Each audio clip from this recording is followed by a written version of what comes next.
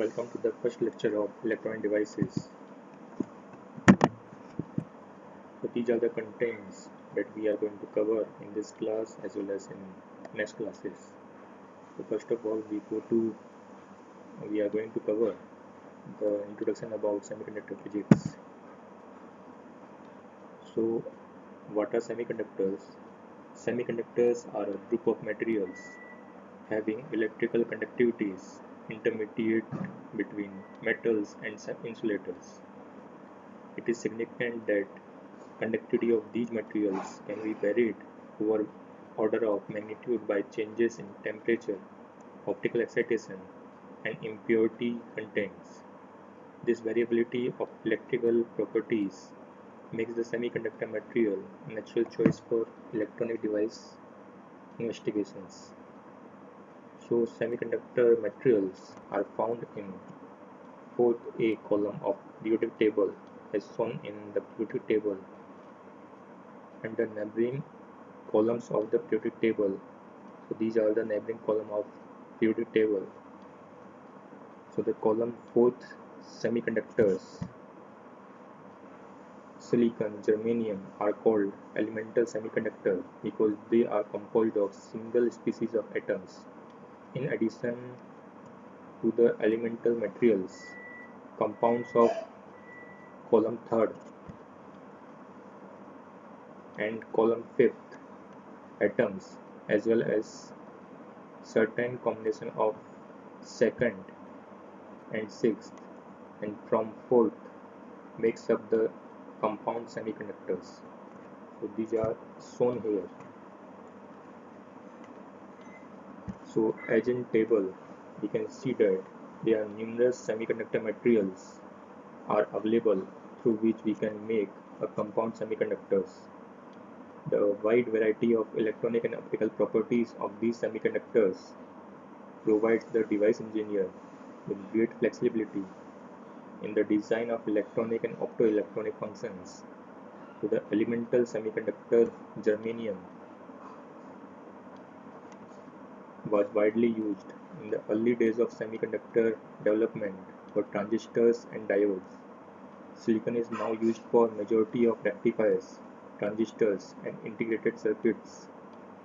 However, the compound semiconductor are widely used in high-speed devices and the devices requiring the emission or absorption of light, in which the two element binary, we can say 3rd, 5th compounds such as gallium nitride, gallium phosphide and gallium arsenide are common in LEDs or light emitting diodes, and the 3 element ternary compounds and quaternary compounds can be grown to provide added flexibility in choosing materials properties. Fluorescent materials such as those used in television screens usually are sulfide. Light detectors are commonly made up with indium sulfide and cadmium selenium, and also used in infrared and nuclear radiation detectors. Light emitting diodes. One of the most important characteristics of semiconductors which distinguishes it from the metals and insulators is its energy bandgap. So this property determines, among other things, the wavelength of light that can be absorbed or emitted by the semiconductor. For example, the bandgap of gallium arsenide is about of 1.43 electron volt, which corresponds to the light wavelength in the near infrared. In contrast, gallium phosphide has a bandgap of about 2.3 electron volt, corresponding to the wavelength in the green portion of the spectrum. So the electronic and optical properties of semiconductor materials are strongly affected by impurities, which may be added in precisely controlled amount.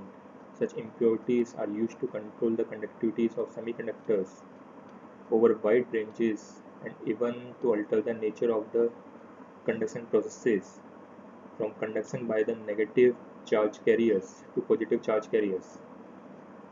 For example, an impurity concentration of 1 part per million can change a sample of silicon from a poor conductor to good conductor of electric current. So this process of controlled addition of impurities called doping that we discuss in our next classes. So to investigate these useful properties of semiconductor, it is necessary to understand the atomic arrangement in the materials. So through the slight alteration in the purity of original material can produce such a changes in the electrical properties, then the nature and specific arrangement of the atoms in each semiconductor must be of critical importance. So in our next classes we are going to cover energy band structures of the semiconductor, then classification of semiconductors. Thank you for listening.